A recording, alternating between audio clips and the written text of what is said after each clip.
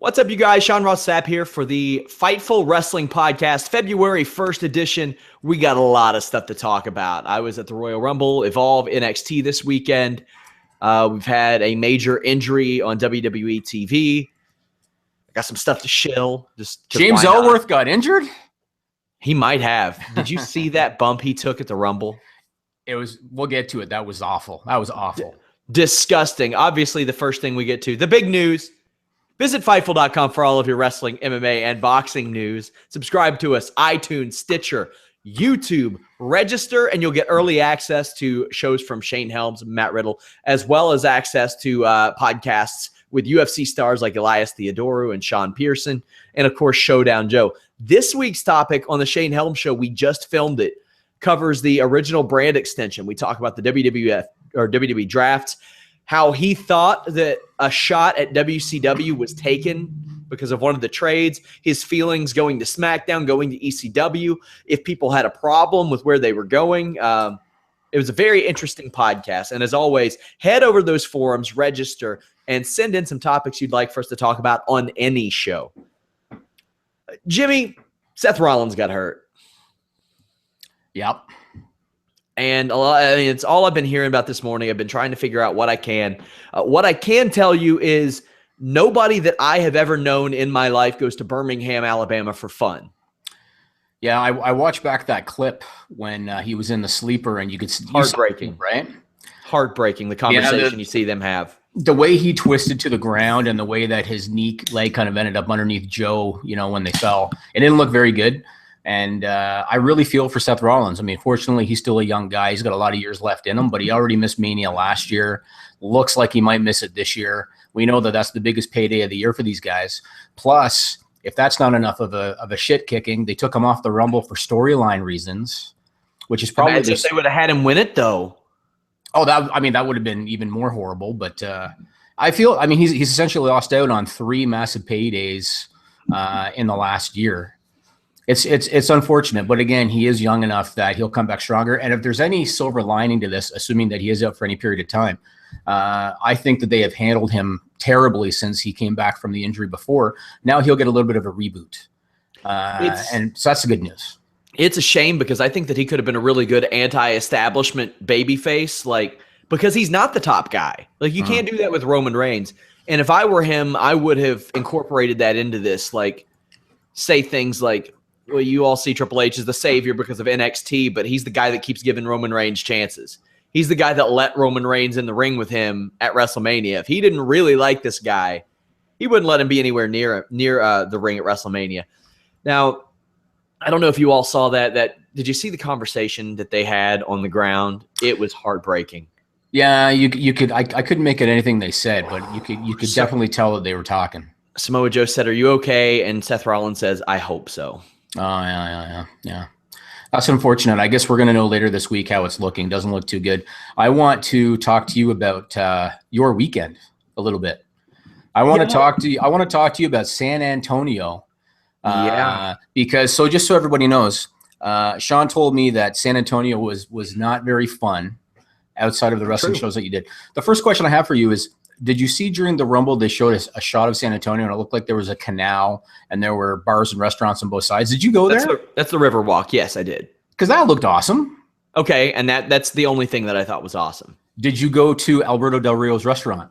I did not. Oh, you should have.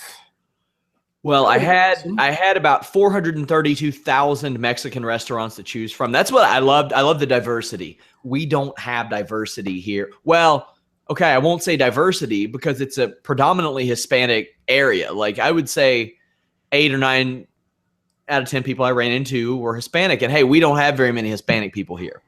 What's going on over there? I'm in Toronto, and things do happen occasionally here. So sirens. Yeah, there's probably a fire. And then the other thing I wanted to ask you about was Matt Riddle. You got to meet Matt Riddle. I did. How come you didn't take him out and buy some beers with him and all that? Well, because I didn't get in until late Friday night. My plane was delayed by several hours.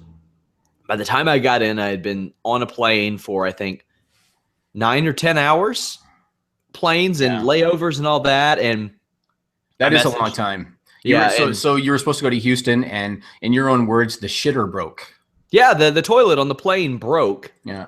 And they sent us to Birmingham, which I can confirm there was nothing fun in Birmingham. Right. Then to Houston, then to San Antonio. Then there was a mess with the rental. And by the time I got in, it was like 11:30. And that's local time. So for me, it's about 12:30. I was tired. I went to bed. But yeah, we hung out at Evolve. It was really impressive to see that Matt watches everybody's match. Right, which is great. He does. And like we sat there and we talked, and he's so personable. And I mean, we watched Chris Hero's last match together, which a very interesting shot at the WWE in that match. Chris Hero pedigrees Zack Sabre, and Zack Sabre kicks out at 1. Right. I like that. But Matt's match was incredible to watch. I don't know if you saw the YouTube clip that I posted on our Fightful YouTube. I did. I saw it, and it reminded me a little bit of the Roman Kevin spot from the Rumble match. Yeah, interesting, huh? Yeah, that was interesting. How was it hanging out with Matt, and you gave him a T-shirt, and he wore the T-shirt? How was all that? Because you guys talk every week, but you'd never met before. It was really cool, actually. Matt's a really cool dude. He had a long line at his merch table, so I kind of just went over and dropped the shirt off, and he was like, "Okay, I'll talk to you here in a little bit." And I didn't even know if he saw that I dropped the shirt off. Then he wore it out there. Awesome. That made me very happy. Made me very, very happy. Awesome. Because I saw the dude in about 4 different changes of clothes that day, just at that event. So who the hell knew what he was going to wear out there? Yeah. And then I went over, talked to him. We recorded a little video. Wish we had more time. We could have done a full podcast there. Yeah, that would have been fun. But right after that, I had to get back, charge my phone. It was almost dead, and get ready to go to NXT Takeover, which he decided to go to and got on camera at. Did you see that? Yeah, and that was going to be the next thing I asked you. Did you not know he was going to go? Had no idea he was going to go. Did he even know he was going to go at that moment? I'm not sure, because I asked him what he was getting into, and he's like, "I'm just hanging out tonight." So I was going to see if he was around, and then I was absolutely going to see if he was out. Yeah. I get out to Dirty Nelly's Pub, and I'm there with some people I know from Twitter. There's Damian Nelson is there from Pro Wrestling Report, a show I've watched forever. Met him. Justin LaBar of WrestleZone and Chairshot Reality and Upgroove, and some good people from Wrestle Rumble and Ticket King and WWE Blogger Diva. You all know her from Twitter. She was there.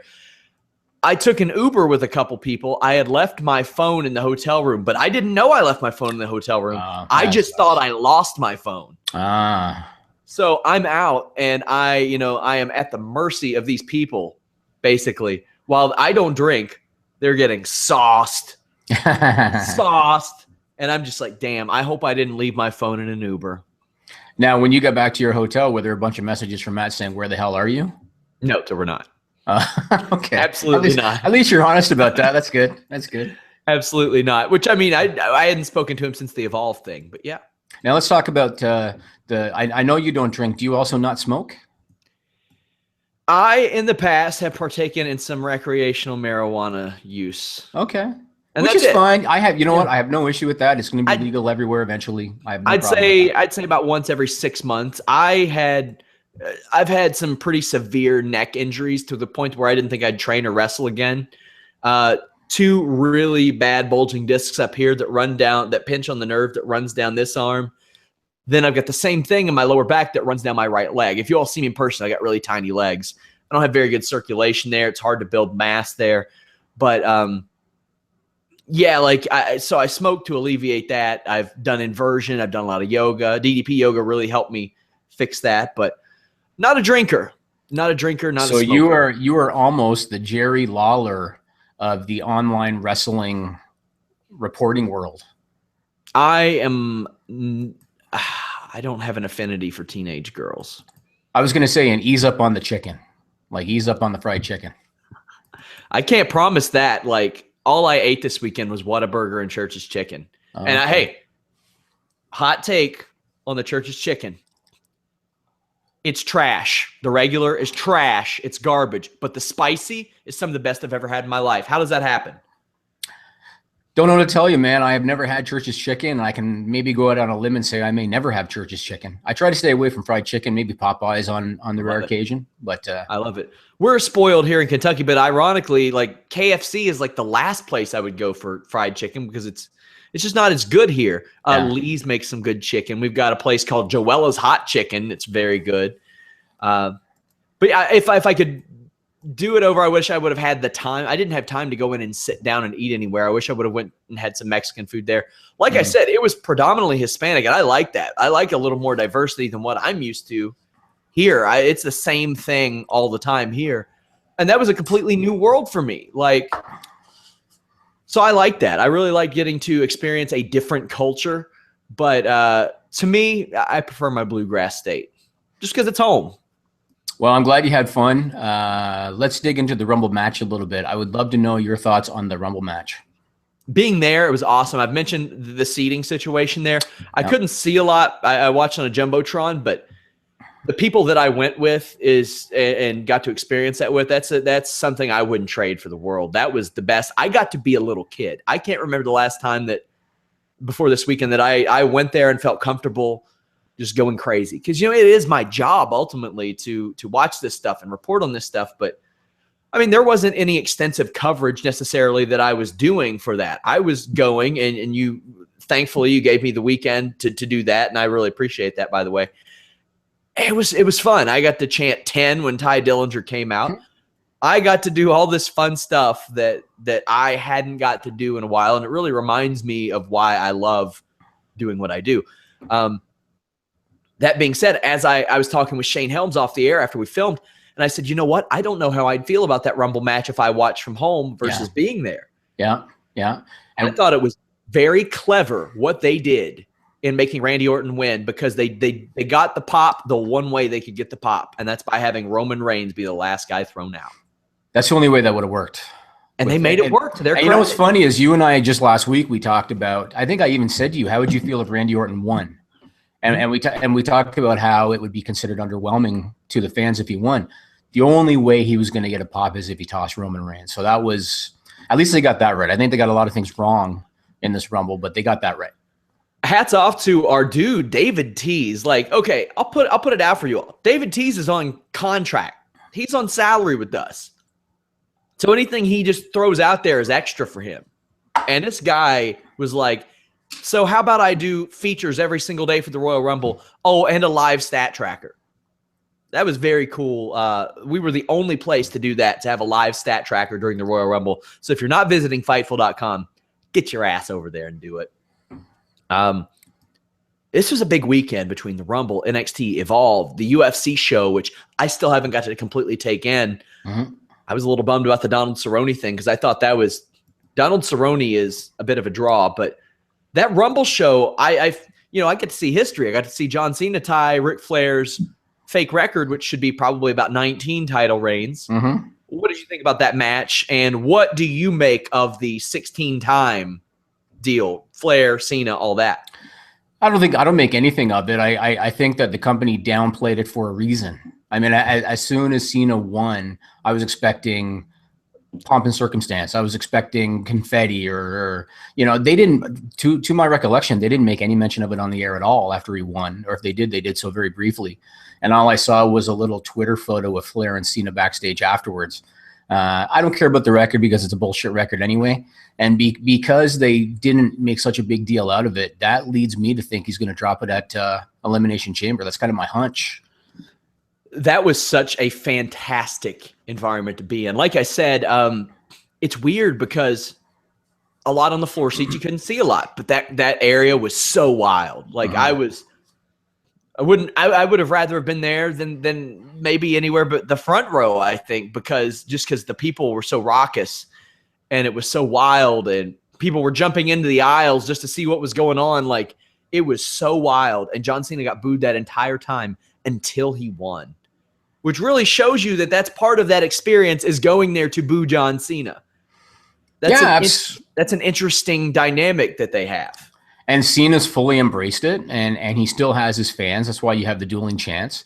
I've read something about how WWE feels that Roman Reigns is on the same path and that he is a babyface, and He is booed the same way Cena's booed. And I don't agree with that because with Cena, you get the dueling chance. I don't recall hearing any dueling chance for Roman Reigns. When's the last time you heard it's straight boos for Roman Reigns? And then the cameraman will try his best to find that one girl in the audience with a Roman Reigns sign. But I think Roman Reigns, they need to. I don't want to go on a whole rant about him necessarily, but they need to. I will. Okay, we can if you want, because I want to talk about the Rumble match a little bit more too. But they need to commit to a heel turn for Roman Reigns. I think they need to commit to it. And here's the thing, you'll have people say, "Oh, you're beating a dead horse. You're beating a dead horse." Well, when that horse keeps getting up, I'm going to keep beating on it. It's not dead yet because they haven't done it. The Roman Reigns I've seen the last 2 nights, the Rumble and Raw, that's promising. He had a little bit of a fire in his eyes that I haven't seen in a long time. Yeah, but he's still doing it against a heel, and he's doing it after being beaten up by the heel first. Now, here's the thing. They have done a masterful job in getting Braun Strowman over. Absolutely. Absolutely. Wonderful job. If it's all to get Roman Reigns a win, that's bullshit. That's ridiculous. It's absurd. Now, if it's used for him to beat Braun Strowman, then beat The Undertaker and embrace this heel situation, you know what? I'll give up a Braun Strowman loss to Roman Reigns, one of the most protected talents in WWE history. Not so bad if it is the catalyst for a heel turn, because people are going to be real fed up with him over that, and real fed up with him over The Undertaker, even though The Undertaker was in horrible shape on Sunday. Yeah, I think people are already fed up with Roman Reigns. I think that for him, did you see the Vine about people's reactions to Roman coming out at number 30? I mean, that's a perfect example. I think that for him to be the guy that came out at number 30 is completely indicative of how WWE sees him and indicative of the fans are fed up with him. Of course, he's the one that eliminated Taker, and I get why they did it because they're going to do him and Taker at Mania. But I'm so sick of the way that they book Roman Reigns. I kind of look at Roman Reigns the way I look at Batista when Batista first joined Evolution. Yeah. And they did the slow build towards the babyface turn when Triple H was talking shit and Batista would overhear him and the crowd was starting to. I think they need to go along a similar route with Roman Reigns. I think that if they want him to truly be a babyface, they need to turn him heel, align him with somebody the crowd hates, like Stephanie, and then build to that babyface turn, at which time I think he'll be embraced. I think right now he's being booked horribly. I think that the crowd hates him. And I think that if WWE thinks his numbers are good on the live event circuit, imagine how good they would be if he was a proper babyface. You know what's weird? It's like they figured it out really quick with The Rock. They figured it out really quick with Randy Orton. Like when Randy Orton did the babyface thing in August of 2004 when he won the title from Benoit, they realized pretty quickly it wasn't working. And within 6-7 months, they were like, we're sending you out there. You're going to RKO Stacy Keibler. Let's fix this. And hey, it worked. The Roman Reigns thing, it's interesting because WWE's self-aware. They knew what reaction he would get at 30. And I was with a giant Roman Reigns fan. And just watching them take in the reaction was pretty surreal. But they knew what reaction he would get eliminating Undertaker. They knew what reaction he would get eliminating Bray Wyatt and what reaction Randy Orton would get eliminating him. So they are self-aware. They know what's going on. They're not tone deaf this year. That's what I like. Now, did the favorite win? No. But I'm a little bit more okay with that this year than other years. Although I think the winner of the Royal Rumble should face the champion in the last match on the show. Right. I think that should happen. Or, like I said, just let them choose their own match. But, hey. Yeah, the whole main event thing, it defeats the purpose when there's 5 main events, I guess. You know? That's true. But 5 main events. But we saw how the boys really think about that in that CM Punk interview. Yeah, that's right. Yep. They all know it's BS. They all do. I agree. I want to talk to you about the Royal Rumble match for a minute. So I happened to watch the Rumble with my wife, who is a very casual fan. She is not a big wrestling fan. And her reaction when it was over was very disappointing. Really? And so what I want to ask you is, why do you think she said that? Do you think she said that because Randy Orton won? Perhaps. And because there were guys like Undertaker, Reigns, Lesnar, Goldberg. They didn't win. And this had been largely built around them. My wife watched it live and was tweeting me or texting me things. And the comments I got from a casual fan were, Corey Graves is hilarious. Ty Dillinger was dressed as a space alien. Poor James Ellsworth. Yeah. The umbrella spot was funny. Is awesome. Yep. Yeah. Like, so I want your take on this. So the reason my wife said it was disappointing is because there were no surprise entrants. Yeah, that's out. And here's my question for you, because my opinion is that if you ask any fan of the Royal Rumble why they love the Royal Rumble, I think most of them would say they love the Royal Rumble because of the surprise entrants.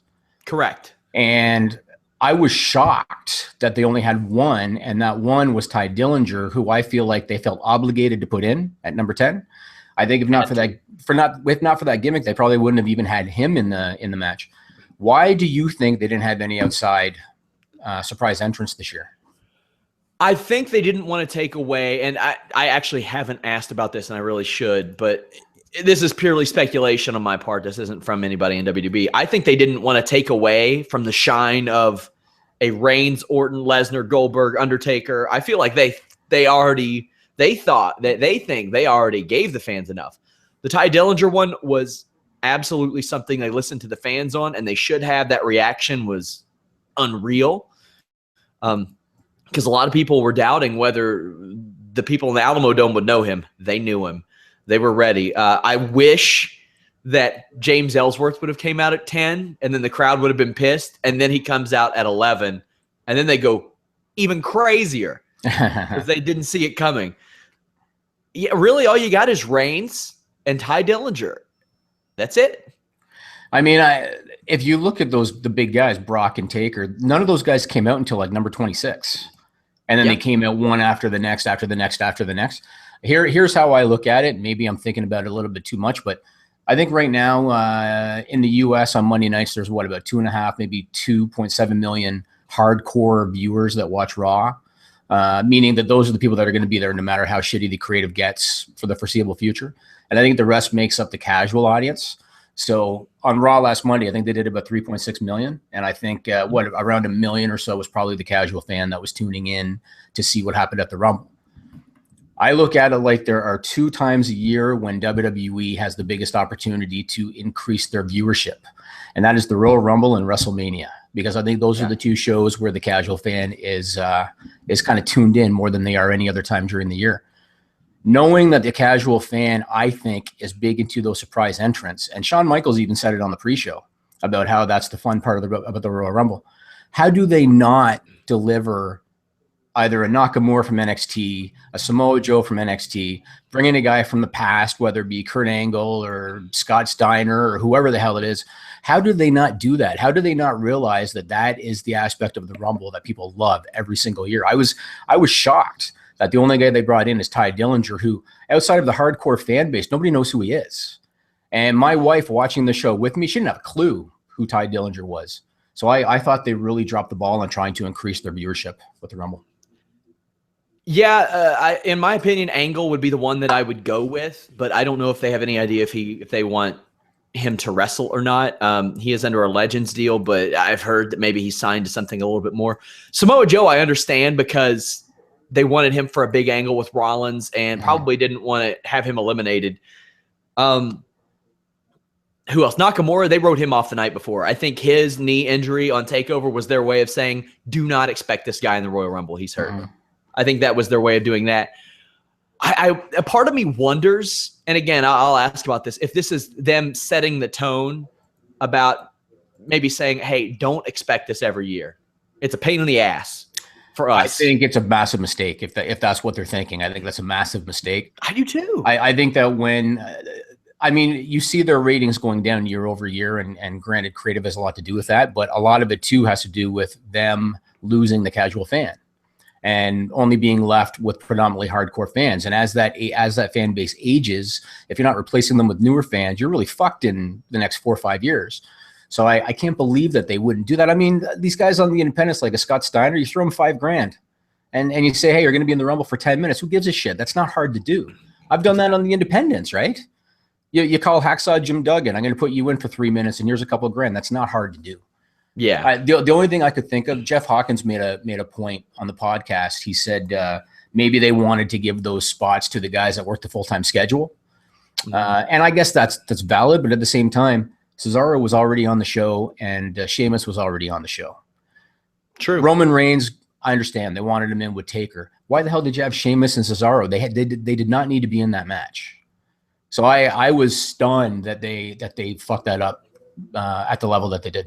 I think they used that to set up a Cesaro Sheamus versus New Day thing, but yeah, it looked like it. Yeah, it looked like it, which we've never seen before. We've never seen that before. Yeah, and they didn't go that direction on Raw. No, not at all. Not at all.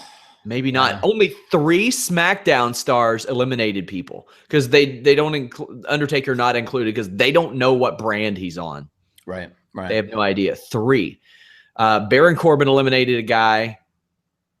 Randy Orton eliminated a guy, and I think Luke Harper maybe eliminated somebody. Luke Harper eliminated Apollo Crews, and that's it. Yeah, I didn't really mind that much. I know on the Post Rumble podcast, guys were talking about how SmackDown was booked to look like the inferior brand. I didn't mind it because number one, Orton won, and number two, people don't remember the eliminations along the way. Like, people just don't remember. You would have to look it up online to see who eliminated who and when. It's only the major ones that you remember, like Goldberg taking out Brock, Corbin taking out Braun Strowman, Roman Reigns taking out Taker. Everything outside of those, people don't remember. So I didn't have a big problem with it. Where do you think this Triple H thing is going? Do you think they just scrap his match, or do you think maybe they parlay this and have a quick turn with Samoa Joe? Like, if Seth Rollins misses thing. Now, in my opinion, if you go to Birmingham, you're probably looking at a torn meniscus at the best case scenario, because it's not good news. They could immediately just have Samoa Joe attack Triple H and say, nobody controls me. Nobody does anything to me. I'm not doing this for you. I did this to get on the show, and that's it. I fooled you. You're stupid. One of those type of things. You know what it reminds me of? It reminds me of, remember Savage and Perfect and who else was supposed to be around? Savage and Warrior were supposed to be a tag team, I think, going into Survivor Series. And then in the span of one show, they had Mr. Perfect go from a bad guy to a good guy and join Savage.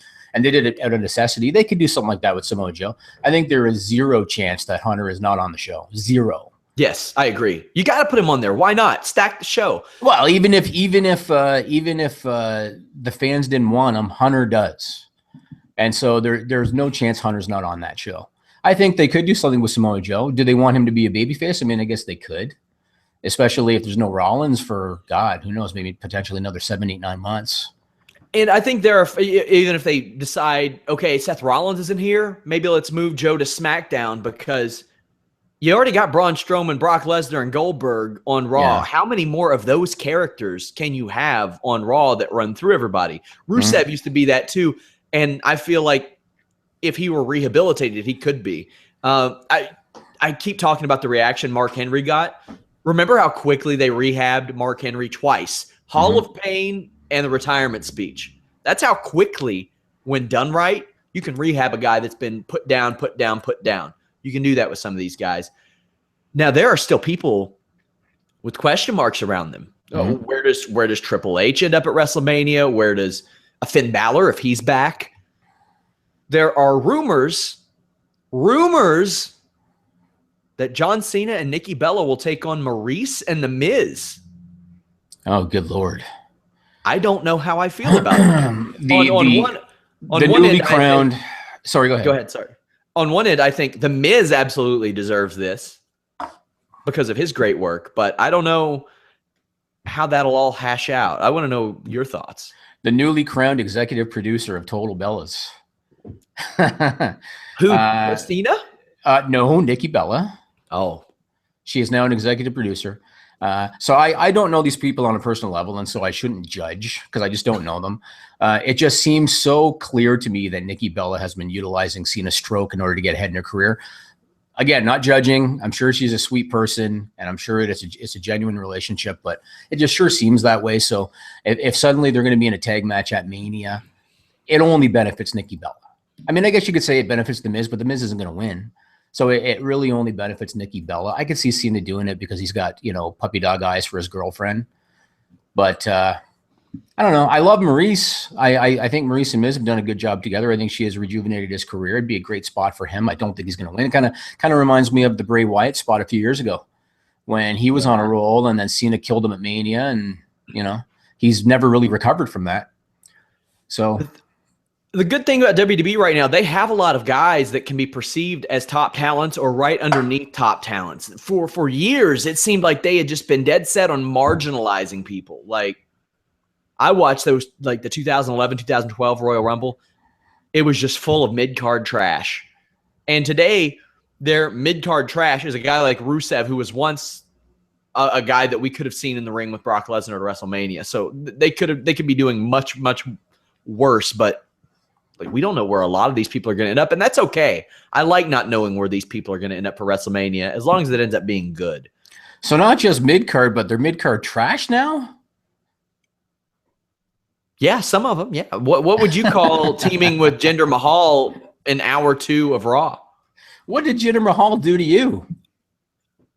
Existed on my television? He's in good shape. You got to give him credit for that. Phenomenal shape. He's improved too. He's improved in the ring, but I believe he's another Canadian kid too, isn't he? He is. Yeah, he is. Oh, good for him.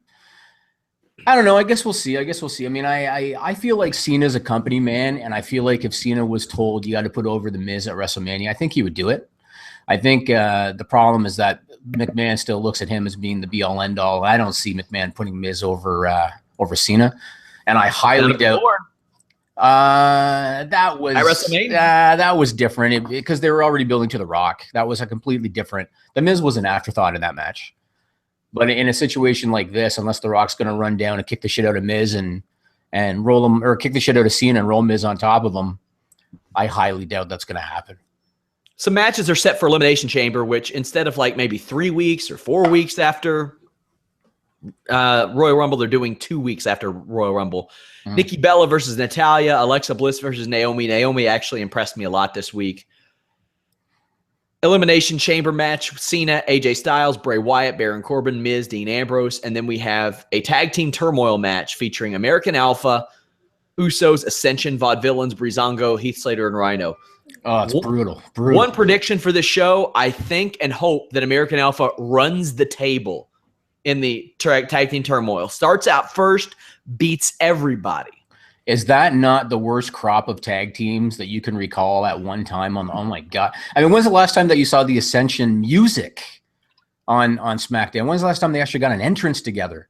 Not only that, here's the thing. A couple months ago, Heath Slater and Rhino were over. Yes. The Usos could have been over because they turned heel. Could have been there. Breezango, they were doing better. I mean, they had some funny skits backstage. I was interested. Yep. Vaudevillains just got completely buried. As they, if Simon Gotch is fighting people for no reason backstage, then maybe you do that. And the Ascension were never going to go anywhere. No. From day one, they were never going to go anywhere. No, I actually didn't think the Vaudevillains were going to go anywhere either, because I thought that it was a gimmick that the fans weren't going to understand. And not that I want to, say that they're not intelligent enough, but it's just a different fan base. I didn't think they were going to really get that gimmick. But what a terrible tag team scene. And didn't Rhino and Slater break up on Talking Smack like a couple months ago? I thought they did. I thought they had a big argument, and Rhino walked off. And it was never really best addressed. friends. Yeah, they're best friends. They're best friends. People have arguments. It's pretty brutal. They lost the Hype Bros, which were being pushed. That hurts them a little bit. They suck too. No big deal. Everybody was hoping for the Revival, and I keep getting told no plans for the Revival to come up. Not a peep. And I mean, maybe they could be like a mystery team or something. They should at the Rumble. They should. I think they should, because they weren't brought up. And the last time I asked about the Revival was early January. So, because I expected maybe they'd be up for this time of the year. Hey, if American Alpha runs the table, then the Revival takes advantage of a beaten down, exhausted American Alpha, wins the titles their first night. Not a problem with that. I wouldn't have a problem with it. And they need somebody. I mean, you're sure as hell not going to put them in a program with the Vaudevillains. So, they need somebody. It's too bad. They're such a great tag team, and they can't showcase their stuff because they have no opposition. That's just how it is. Did you watch TakeOver? I caught it later on. I missed it live. I caught it later on. I wanted to see Bobby Roode stuff. And then I heard about Anna saying she wanted to marry, either she wanted to marry the tag match or she wanted Seth to Rollins marry, segment. What was it? The Seth Rollins segment. Seth Rollins segment. Okay. So I wanted to see what it was Anna wanted to marry. So I did check that stuff out. And, I can confirm pants were wet during the Seth Rollins segment because every female in that crowd went bananas. I bet you I know like 8 girls that did not go bananas, and those were the girls with Bobby Roode for his entrance. Imagine, like I said before on the show, imagine being one of those girls who answers like a modeling ad. Mm-hmm. So we're going to get here. They do the run through, and I'm sure they're like, yeah, whatever. Then they get out there, and there's 12, 15,000 people singing Glorious. Mm-hmm. What do you think what was going through their minds?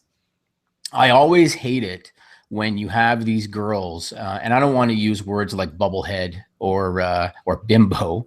We don't know how smart they are. Let me finish. I hate it when you have these girls because they have an idea of what's going on. They know they're at a wrestling show. They know they're part of somebody's entrance. They get all that. I hate when they are smiling and laughing through the whole thing. I hate that because they make it look like a joke when they're doing that. And again, I get they're not wrestling people, but they know where they are and they're getting paid to be there. So I've always hated when you see that kind of stuff happen where they're like laughing and joking through the whole thing. The woman immediately to Bobby Roode's left was like, I don't know where I am. I don't know what I'm doing. I don't know who these people are. This is insane. Hell, I mean, what was her alternative? Her alternative was that she was gonna, I don't know, hold a Corona sign in the parking lot of a Ford dealership. She could be a successful actress for all we know. She might be because those girls are not a dime a dozen at all. So it's very possible. Jimmy. We're being controversial today a little bit, Sean. You are, not me. You are.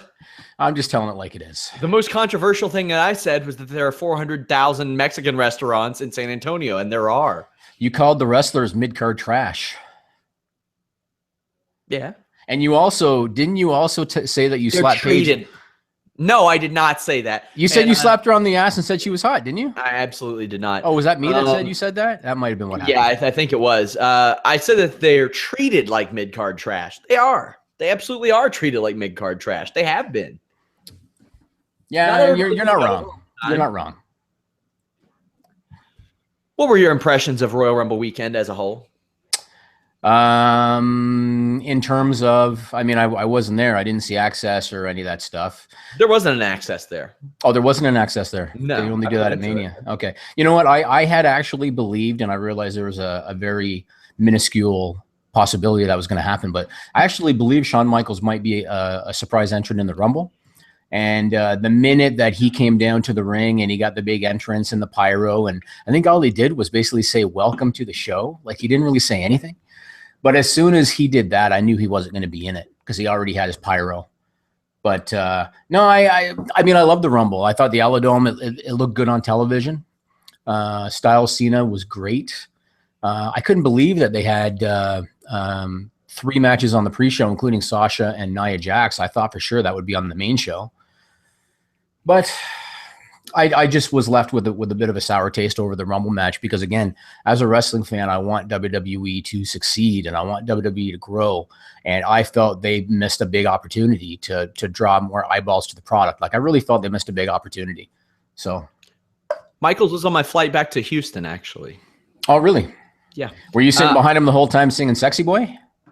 I was not. How many times did you do the pose? 0. I mean, Vince Russo was on the plane. Vince Russo be honest with me, Sexy man. Boy. You can be honest with me. You did the pose a couple times, didn't you? There were a lot of people like trying to sneak pictures of him that I saw. Was he sitting in coach? He was sitting in first class. Okay. What? I was not. I was not. I didn't think there was any chance that Shawn Michaels was going to be a surprise entrant. I don't think to him, a match is a match, regardless. But and I know you said that his deal last year at WrestleMania was a match, but to him, it's not. Like, well, no, last year wasn't a match. Last year wasn't a match. It was a run-in. But I felt like the Rumble, it's not really a match either. I mean, it's one thing if you're in there for an hour like Jericho. We got to talk about Chris Jericho, actually, because he was awesome. And I want to talk about The Miz in the Rumble because I thought that was hilarious too. But They could have had Michaels go in, throw a couple super kicks, and get eliminated. It could have been a 2-minute thing, and the pop would have been ginormous. But I want to talk about Chris Jericho for a second. The guy is in there for an hour, spends of that hour probably 50 minutes on the floor. And then he was the one that threw out, I believe he was the one that threw out the New Day and Sheamus and Cesaro. He's the one that came in from behind, tossed them all. Well, he threw out Sheamus and Cesaro after they threw out the New Day. Okay. Yeah, so he threw those guys out, and then they got a close-up of his face. I laughed my ass off just because he had spent the whole time on the floor, finds his opportune moment, gets in, chucks those guys out. How can you not fucking love Chris Jericho? And then as soon as Braun Strowman came in, Jericho powdered out and let everybody else, get their asses kicked by Braun Strowman. I just love Chris Jericho. He's great. He is. He's on another level from just about everybody else that they have. And then the other thing I wanted to ask you about was, I don't know if you noticed that whenever a new guy came out after The Miz had already come out, the first guy to get destroyed by the new entrant was The Miz. Over and over and over. He was the one that got hammered first. Do you think that was intentional? Do you think they did it because they were just kind of ribbing each other? Why do you think that happened? Well, Miz is a good heater. If you do that, if you beat him up, you're going to get a pop. The Jericho thing, I said in my Rumble rules piece where I recommended some new rules for the Royal Rumble that being outside the ring shouldn't be allowed, because it traditionally in WWE it's been like Steve Austin or Roman Reigns and stuff like that. Occasionally it'll be Bob Backlund even. Jerry the King Lawler did one year and that made sense, but a lot of times it's baby faces and that does not make sense. That is not sympathetic. Right. You're right. Okay, you put them through a table, fine, but people know how exhausting it is to be actually in a Royal Rumble. But for Jericho this year, it worked. He was such a chicken shit. It worked. So he was. I mean, the Roman Reigns one. I think that was last year.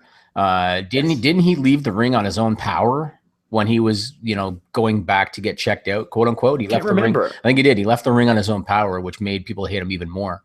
But I agree with you that it doesn't make sense, because if you're allowed to do that, everybody would do it in theory. Yeah. But if you're going to do it, the way Jericho did it was just tremendous. It's like, here comes this monster Braun Strowman. He's going to kick everybody's ass. And Jericho's like, fuck that. And rolls out and hides on the floor. I thought it was great. We have some news today that Lucha Underground's bringing its second or the rest of the season back on May 31st. But they are going to be on Netflix later this year. What do you think this does for them? That is a much greater reach than they have ever had, because Netflix, people can catch something, binge watch it. It has changed the fortunes for many shows in the past, but we've never seen wrestling in this format. Now, if there was a show that fits that format, it's probably Lucha Underground. Although I have had no interest, I watch it, but I've had no interest in Lucha Underground for, I want to say, almost years now. Yeah, it's a completely different product. It's almost like roller derby. Do you remember roller derby? Yeah, I watched Roller Jam after ECW all the time. And roller derby used to get grouped in with pro wrestling. Like back in the day, it got grouped in as being a similar type of predetermined sport kind of thing. To me, I've seen Lucha Underground before. It's not my cup of tea. It's very different. I don't know if it's going to do much for them. But they're not a competitor to WWE. It's a very different. It's almost like a staged, almost like a play type of situation. Good for them if they're getting the Netflix deal. I mean, it's going to be some more eyeballs. They're probably not getting much money out of that. I was talking to somebody recently in the entertainment business that told me about how little most of those productions actually get paid from Netflix. So they're probably not getting a lot of money out of it, but it's more eyeballs. Good for them. It's one of those things, like, I used to get asked to write for exposure all the time. Not doing that, guys. But Lucha Underground needs some exposure. If they go on the road, this could help them. This could help them a lot. We've got some questions. Somebody asked what I had for breakfast. I wake up rather late because news doesn't break early in the morning a lot. I had chicken this morning, actually. You know what I had for breakfast today, Sean? What's that? I had a Tim Hortons breakfast sandwich this morning. Your prospective future employer. Yeah, right there. Yeah, right. Somebody says, Sean, you talked to Shane about his negotiation process with WCW. What was your negotiation process like with Fightful? Awesome. Jimmy emailed me. I was either about to get a big pay bump where I was, or I was going to move somewhere else. And I already was set to, but we had a couple emails, then we had one phone call, and I fell in love with the idea of the site. My God, I'm glad you finished that sentence. I thought you were going to say you fell in love with me. Well, I almost did when you told me the idea of the site. So I actually, if I remember right, I actually offered you more than you wanted. I did. I think a little bit, yeah. Yeah, I did. And how often does that happen where somebody says, I want X dollars, and then the other guy says, I'll give you X plus Y? Yeah, not a lot in this business. I did it because I wanted you motivated. You want me to be honest? When I told Jimmy the amount that people were getting paid to do wrestling articles, he was like, "That's shit. We can't do that." So much respect to you for that, because the amount that a lot of people get paid to write wrestling articles is embarrassingly low. And that's got to change, because, guys, I understand some of you have to work for free in order to do stuff. And if somebody offers to work for us for free, I'll let them, but I will never ask somebody to do that. I think you get what you pay for. And I think that if you're going to expect someone to not get paid anything, then eventually, maybe not right away, because it's always a new novelty to write for a new website, but eventually a few months down the road, the quality is going to suck shit. Yeah. And I mean, before I was an employer, I was an employee. And I think what a lot of companies sometimes forget is that they probably were too. And if you're an employee, and if you're not going to tolerate shit as an employee, how come all of a sudden you're going to dish it out as an employer? So. Yeah, and I've loved even more the execution of Fightful.com, how it's worked out, and how like people like Lindsay have helped make the site, and like just the amount of resources that Jimmy has put into the site has been even more than he promised. Like, he's given me everything that I need. And those first several weeks, it was me doing a lot of the content, almost all of it, MMA, wrestling, and boxing even. And that was rough, and Jimmy got me a lot of help, and I think this site is ahead of its time. I really do. And hopefully it is of its time as well, because I think we're going to keep attracting more people. Are we going to WrestleMania? No, I don't know if I want to go to WrestleMania after this. So let's address that. Because I did say a few weeks ago that I was going to look to get a box at WrestleMania. And I don't know if I updated this on the air or not. So I looked to get a suite at WrestleMania, thinking 3 months out there's going to be plenty available. I mean, it's a stadium, and you're talking about a luxury box. I thought it would be easy, and as it turned out, they were all sold out, which surprised me. I'm still trying. I'm talking to a brokerage company, and I'm still trying to get one. If I can get one, I'm bringing Ross Sapp to WrestleMania. Nice. And I'm bringing Matt Riddle in. He's going to be there already, but I'm going to bring him to the box if I get it. But it's going to depend if that brokerage house comes through or not. If they don't, I'm not going to. Sean talked earlier about how floor seats suck if you're not front row. And for kids, they're really bad. I've been to a UFC before. I mean, I'm 5'9". I'm not the tallest guy anyway, but I've been to a UFC before where I wasn't within the first 10 rows, and it sucked. I mean, I was looking at the screen more than I was looking at the cage. Yeah. I was happy where I was at the Rumble, because like I said, unless I was in the front row, man, I wouldn't have been anywhere else. Like, I wouldn't have been in the elevated seating because I was in the wildest area of that. And the people that I was with, they made it the best possible experience I could have ever had at a show. Somebody said, I noticed the Chelsea Football Club shirt. Jimmy, do you support them? So I actually don't even know soccer. I have gone to 2 Chelsea games because I used to go every year to a trade show in London, and I haven't gone since I had a family, ironically enough. But I used to go every year, and I've been to 2 Chelsea games. And so I bought this as just a memento of my experience. But I don't really follow soccer. I can't bullshit and pretend that I do. But it was a great experience going there to see those games. It's awesome. Well, people are asking some weird ass questions. Ask them, man. You and I have talked before privately about, I don't know if these are negative questions, but you and I have talked about negative comments that people make, and about trolls that say you look like Rihanna. Yeah, that's and somebody told me that you look like Beyonce. The same. I look like Beyonce. This person added me to Facebook to say that one time, or tried to. You know that stuff does not bother me one bit. And so if people want to talk shit, go ahead and read it. Jimmy, you would not want me to read some of the shit that people say about you on the air. Bring it.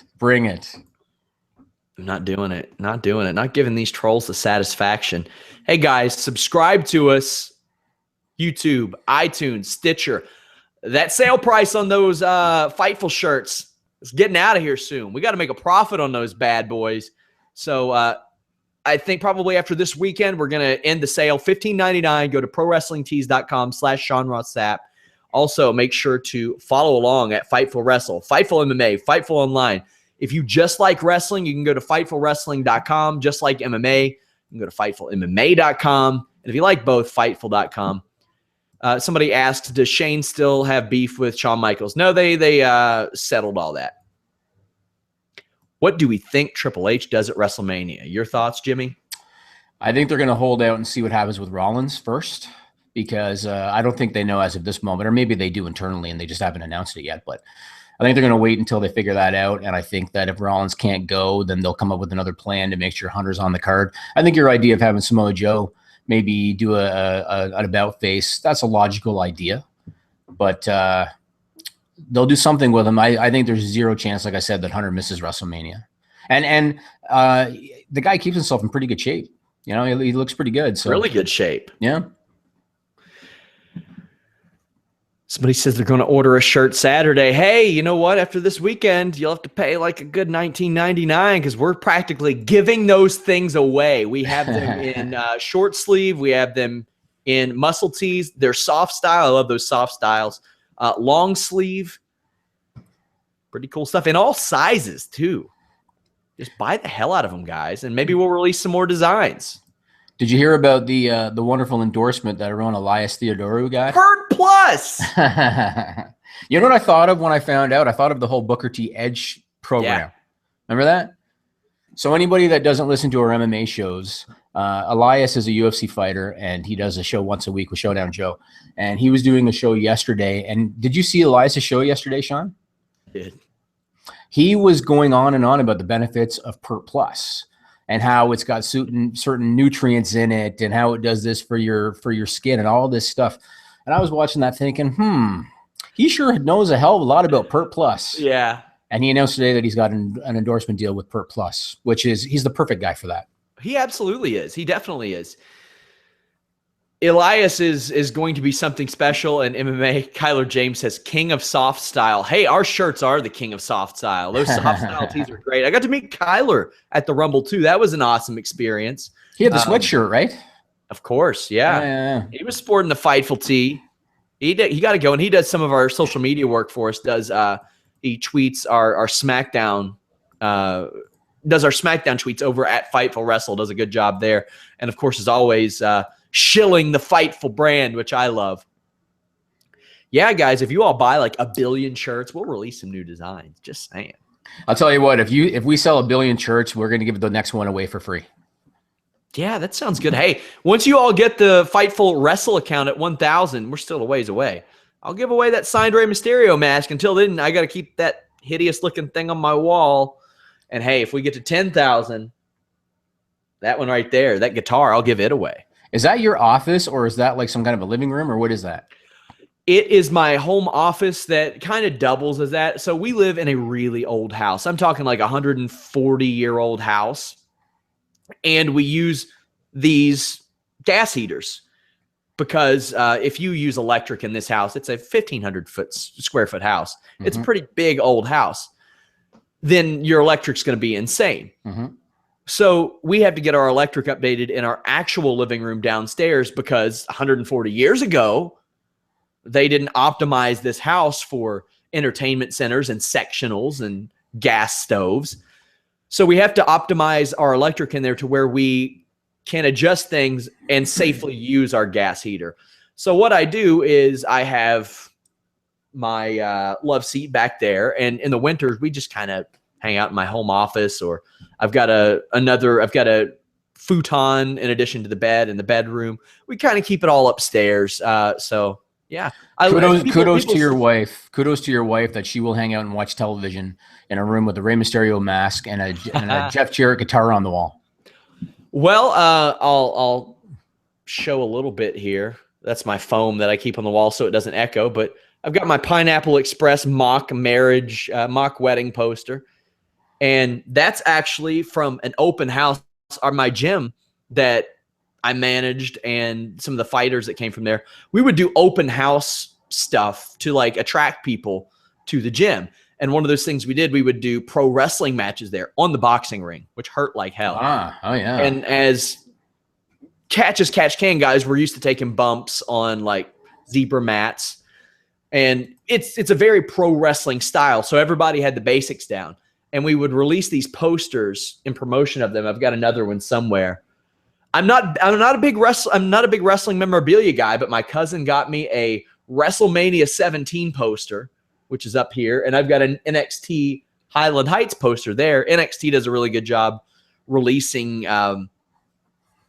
like posters for their live events that make it really individualized and special. So that's pretty cool. I think I still have a Bret Hart autographed 8x10 sitting in a box in storage somewhere, because I'm also not a memorabilia guy. I met Pete Rose one time at a restaurant in Vegas and was able to get him to sign an 8x10 out of the photo that we took. And I don't know where the hell that is either. It's probably in the same box. I just at some point I was like, I don't care if I meet any wrestlers, don't care if I get autographs. I don't know. Something. I'm going to tell you a quick story. Quick story. Back in the late 90s, I once did an independent show in North Dakota. It was actually the first time I met Justin Roberts, who is now the former Raw ring announcer. Yes. And I was walking around the hotel, and the elevator doors opened, and somebody came off the elevator door out of the elevator, and I looked at her, and I thought, I think that's Sherri Martel.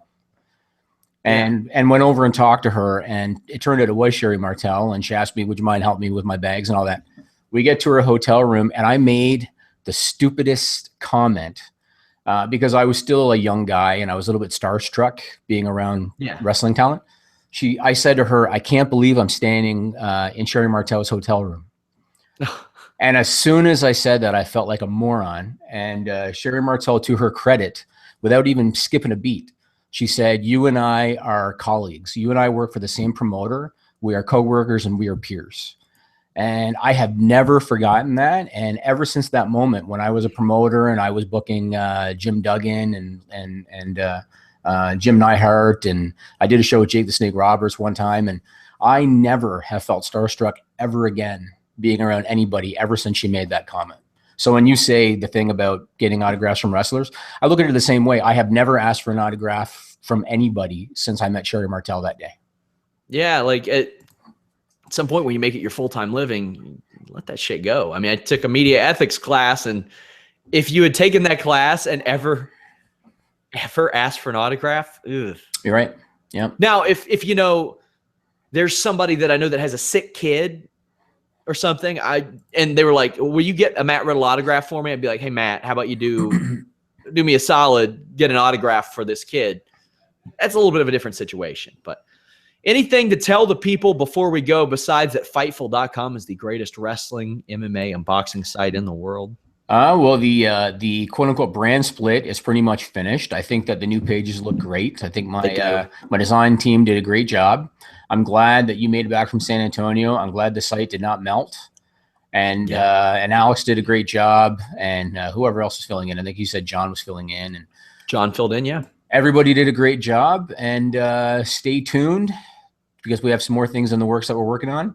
And we'll see about that Mania box. I'm going to work on that Mania box so that I can hang out with Sean Ross Sapp and maybe get him to take a sip of a beer. Not going to happen. People tried this weekend. They really tried. I bet. I should tell you sometime about what I do at our company events. We like to do food challenges. Have I ever told you about that? Ooh, do tell. So every event we do food challenges. And matter of fact, Juan, who's my graphic designer, who you know, the last event we did, they had a price fix menu. And I think it had like 3 appetizers on it. It had 3 entrees on it and like 5 desserts, something like that. And I had him run the gauntlet, meaning he had to eat everything on that damn menu for $1,000. Wow. And Juan, to his credit, because I'm assuming that his evening probably wasn't pleasant after that meal, but to his credit, he was able to get it done within the allotted period of time, and he got his $1,000. So if I see you, if I do get the box for Mania, and if I bring you, there might be a food challenge in it for Mr. Sean Ross Sapp. You know, I did. Well, I've told maybe a couple people this. Did a little bit of a test weight cut. I'm considering getting into grappling stuff again. Got down to 170. Now I'm way back up. Yeah, I might be able to do a little cut before that. That way I don't become too bloated. Now, my question is, how much are you willing to pay Rob to finally eat that goddamn hat? If he would actually do it, there'd be a solid payday in it for him if he would actually do it. Hey. Now, it would have to be a Fightful branded hat.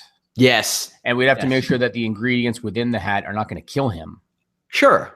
Maybe we can find some kind of an edible version that's not like pure bread, something that's going to be a little difficult. That's my thing. It can't be that hard to find an edible hat somewhere. He was pretty vague with his claim. I don't know why he just. Well, you don't want it to be too simple. Like, how they make those nacho hats and then they keep the cheese sauce at the top kind of thing.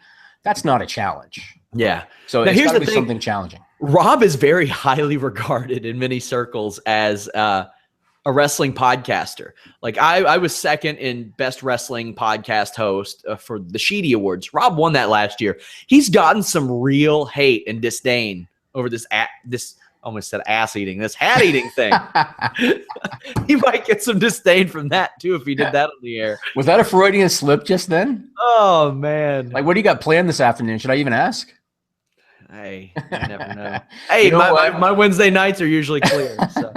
I think it goes back to what we've talked about so many times. I think there are a lot of people out there that just feel the need to hate.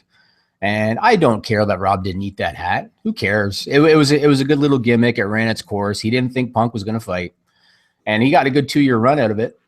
So the only thing I would have done if I was Rob, I would have probably found an edible hat just to shut everybody up. And I would have eaten the edible hat on there. That's the only thing that he probably should have done that he didn't. Otherwise, who cares that he didn't eat the hat? Before we go, somebody asked, would Rob ever come back? Rob did come back Sunday. He did our show with us. He will be a fill-in here and there. He just couldn't commit weekly, but love having Rob on. Guys, Fightful.com. Raw, Smackdown, NXT, Lucha Underground, New Japan, Evolve. We cover it all. Hey, in the middle of the night, if you're up watching those New Japan shows, we've got live coverage and discussion on it. If you want early access to shows like Matt Riddle's or Shane Helms, or you want to watch shows from former UFC stars, current UFC stars, register at Fightful.com. We have more podcasts than got to be any other combat sports site in the world right now. Unbelievable content. My friends, we are out.